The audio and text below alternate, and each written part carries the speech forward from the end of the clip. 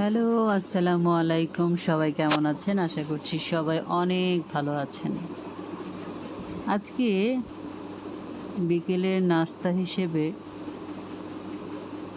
বাচ্চাদের জন্য যে আইটেমটা তৈরি করব, অনেক সিম্পল একটা আইটেম। যাই হোক, আইটেমটা করতে যেয়ে আমার এক হাতে ক্যামেরা ছিল। এক হাতে ক্যামেরা ধরতে গিয়ে ডিমটা ভাঙতে যেয়ে ডিমের খোসাটা ওখানে পড়ে গিয়ে যায়। সেটা তোলার চেষ্টা করছি আমি।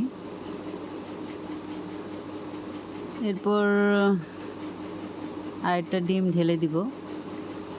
দুটো ডিম দিয়ে অল্প একটু চিনি দিয়ে ডিম আর চিনিটাকে ব্লেন্ড করব কিছুক্ষণ।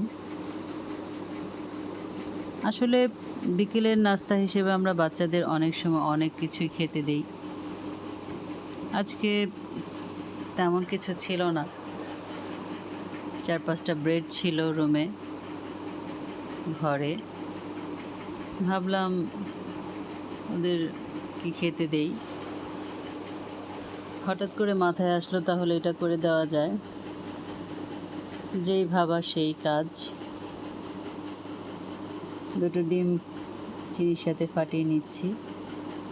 ভালো করে মিক্সচার করতে হবে, যেমন চিনির দানাদার কোনো ভাব না থাকে। এখানে আমি কয়েকটা ব্রেড কেটে রেখেছি আলাদা করে। এগুলো দিয়ে এগুলো দিয়ে মিশিয়ে ভাজবো। ডিমটা এমনভাবে ফাটাতে হবে যেন চিনির দানাদার ভাবটা না থাকে। তারপরেই তো ডিমটা ফাটিয়ে নিয়ে ব্রেডগুলো ডিমের মধ্যে চুবিয়ে চুবিয়ে আগে হালকা একটু তেল দিয়ে গরম করে নিয়েছিলাম কড়াইটা। এখন এই তো 4-5টা ব্রেড আগে কেটে রেখেছিলাম, সেগুলো এখন আস্তে আস্তে ভেজে নিব। আসলে বিকেলের নাস্তা হিসেবে আমরা অনেক কিছুই তৈরি করি।